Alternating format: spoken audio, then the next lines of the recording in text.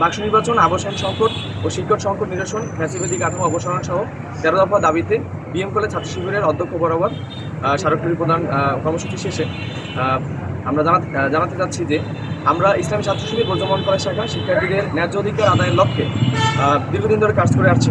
শত জুলুম, নিপীড়ন, গুম, খুন, হত্যা ও মিডিয়া ট্রায়ালের মাধ্যমে ফ্যাসিবাদী যতই শিক্ষার্থীদের থেকে ছাত্র শিবিরকে দূরে সরাতে চেয়েছে, ছাত্র শিবিরের ভিত্তি ততই মজবুত হয়েছে।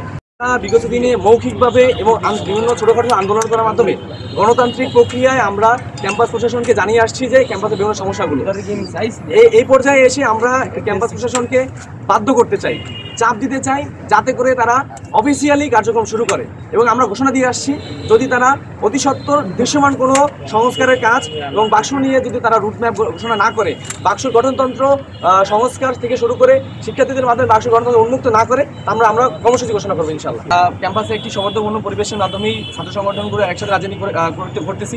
5 আগস্টের পর থেকে আমরা আমাদের প্রত্যেকের সাথে কথা হয়েছে।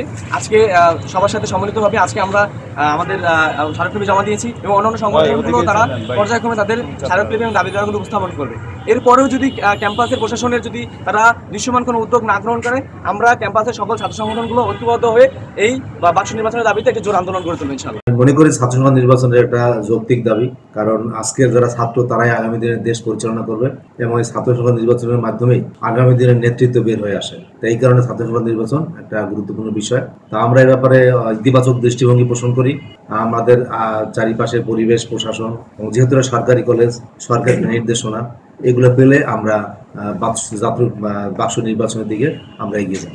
ওদের দাবি হচ্ছে ছাত্র সংসদ নির্বাচন, কলেজে শিক্ষাবান্ধব পরিবেশ তৈরি, অবকাঠামো উন্নয়ন, ছাত্রদের আবাসিক সুবিধা বৃদ্ধি, জুলাই চত্বর নির্মাণ সহ জলাবদ্ধতা নিরসন সহ মোট 13 দফা দাবিতে ওরা এখানে আমাদের কাছে স্মারকলিপি দিয়েছে এবং ওদের দাবিগুলো আমি মনে করি সবই যৌক্তিক এবং আমি এই অনেকগুলো দাবি পূরণের জন্য ইতিমধ্যেই কাজ করছি এবং বেশ কিছু দাবির ক্ষেত্রে আমরা কিছু অগ্রগতিও অর্জন করেছি। বাকি যেগুলো আছে সেগুলো আমরা দ্রুত বাস্তবায়নের চেষ্টা চালাবো।